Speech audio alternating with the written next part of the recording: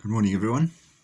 We read in the Gospel today, Matthew chapter 8, just one of the passages.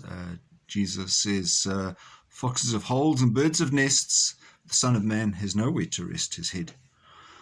Essentially saying, well, he's not tied down to anything and he's able to move around. And that's further added to by one of the followers, one of the disciples, who said to Jesus, Lord, let me first go and bury my father.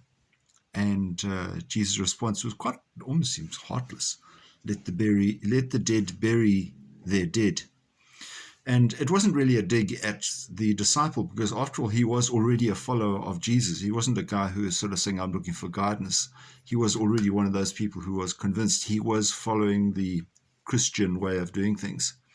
What Jesus was saying is, your dad was a Jew, and therefore let the Jewish people bury your dad in the Jewish tradition, because you need to be able to turn away from that and now not hold on to those things of this world, but rather to take the way of the example that I've given you, and that it isn't really important that you hold on to things of this world.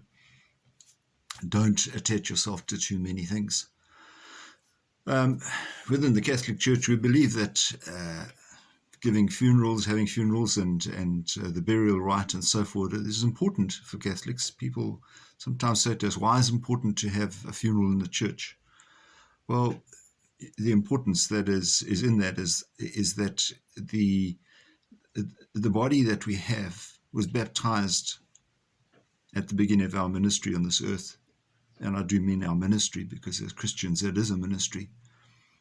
And so therefore, it's important that we do pay respect to the body once we die. And so therefore, we always ask you to bring the remains, to bring the body of your loved one to the church, so that it may be given the recognition and the blessing and so forth that it deserves. Also an important rite of passage, being able to say farewell and giving thanks to God at the same time for the life of a person is a really important part of the process of grieving, to give recognition to that, not to simply to cremate and dispose of. Not to say that we are opposed to cremation, yes, but we show respect in cremation and in putting the remains into an appropriate place.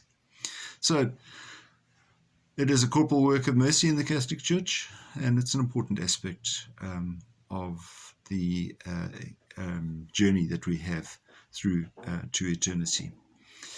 So with those thoughts, they're not negative, they're all positive. It's a way in which we celebrate life, is to give recognition to the beginning of the next one. May God bless you today, and may God keep you safe, and we'll definitely see you again. God bless. Bye-bye.